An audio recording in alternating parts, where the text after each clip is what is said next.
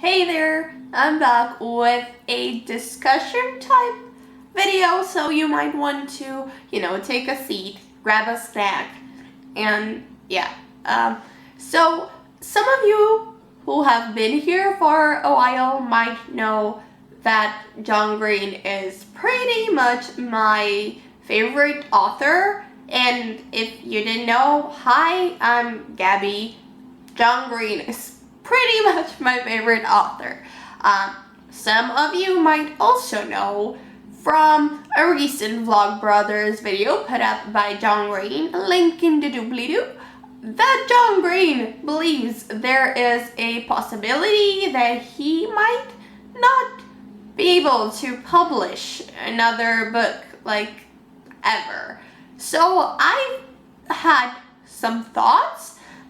To begin with, I'm just sort of ignoring the media coverage of it because it's not quite taking everything John said. It's just sort of taking that one sentence, So I'm ignoring that and sort of talking about my interpretation of his video and my thoughts. Obviously, the sentence that he might not be able to publish another book ever was sort of there, but I don't think that's everything that can be taken from that video. This is correlated to a previous Vlogbrothers video put up by his brother, Hank, which is also about failure. Just ignoring everything else, I have to mention that the topic came for me at the very right time when I needed to hear that failure is there, it's okay. So I was just very touched by the topic of the videos. I've also been waiting for another John Green book for about 4 years now, I think. The first book I read by him is actually his most famous one that sort of sparked this whole thing about him reconsidering everything he's been writing, and it's The Fault in Our Stars. I'm pretty sure TPO's was published in 2012, and it's just clearly his book that had the most success. And that's sort of where John's second guessing his writing comes from, if you ask me, and I think that's what I'm taking from the video, because TPO's was just an insane achievement. It just gained so much popularity in such a short span of time. As John mentions, it did so much better than his previous books combined, and it's still talked about. It has a movie, it's still out there, and that's years after its publication. So I think in a matter, it's fair to say that that's sort of how John reached his peak. So yeah, it just sort of makes you think and makes you realize that, okay, you've done all these things. You've basically achieved the most you can achieve. Where do you go once you're up? Where do you head from there? What's to come, and how do you sort of live up to? Because of the previous book, everyone's just sort of been at him for a new one, me included. I've mentioned a lot before that I just need a new John Green book because I love John Green books and I've read everything I can.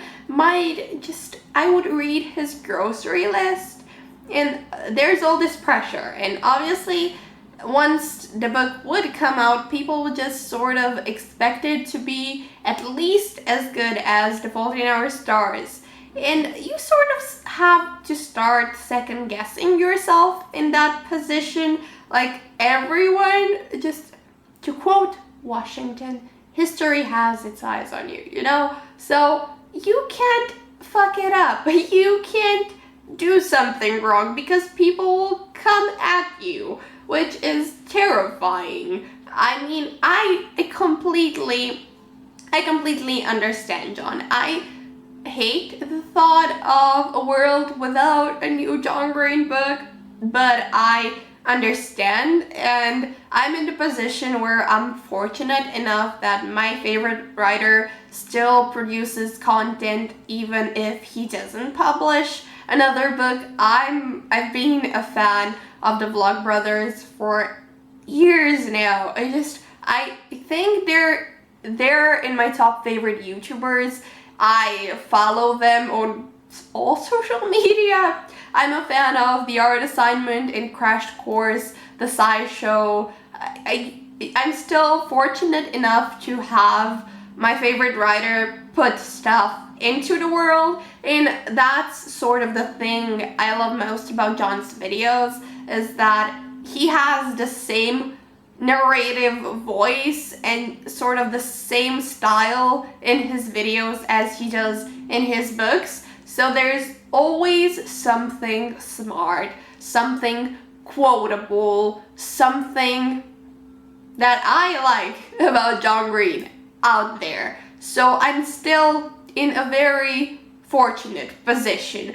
But then I think about, what if you just really love Stephen Chbosky? Because I think he pretty much, novel-wise, only has The Perks of Being a Wallflower. And I know Michelle, I'm pretty sure she's in love with Stephen Chbosky. I will link her down below. If you don't know her, she's amazing. And I can only just sort of think, okay, that's your favorite writer to say, but he might not publish again, and that's just an example, but he might also not create anything else that you can consume in any way, shape, or form again. And this sort of goes for all writers.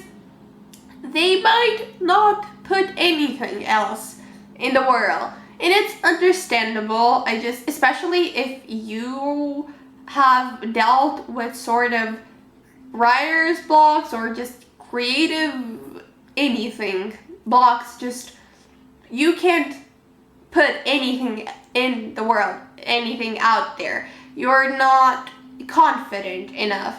And I feel like all these sort of demons and little voices bickering in your head are just amplified once you've reached success and people sort of have these expectations of you, and you don't know where to go from there, and you don't know how to deal with that pressure, and it's sort of taking the fun out of everything, and you don't know if anything you do will ever reach the same level of appreciation.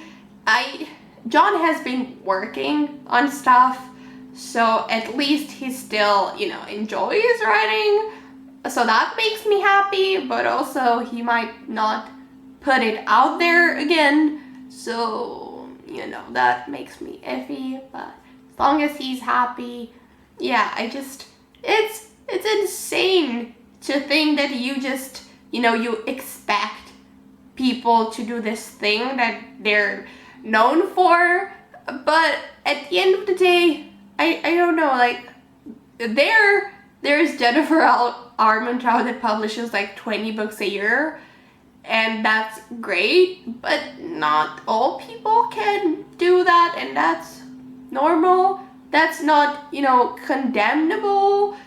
We're all human. I don't know, especially with artists, I would rather, have John Green not put out anything than he put out something that he isn't confident about just for the sake of putting stuff out there. So that's sort of my take on it. I don't know what to think. I'm very conflicted, and I really wanted to make this so that we can discuss this topic, because I don't really know what to make of it, and I don't know, is anyone else in a position where their favorite author for one reason or another might not publish anything else ever again? Because if so, I really want to talk. Please, please, please, let's spark a conversation in the comments down below, because I want to know your take on it. Also, feel free to contact me on any of my social media to talk about it if you feel like it. You obviously don't have to. I'm sorry if this was very rambly, but at this point, I don't know why you will ever expect something else from me. Nothing coming out of my mouth is quite coherent or cohesive, so it is what it is. This is the mess that I am, and I've learned to embrace it. Yeah, please let me know your thoughts, and I'll see you guys later. Bye.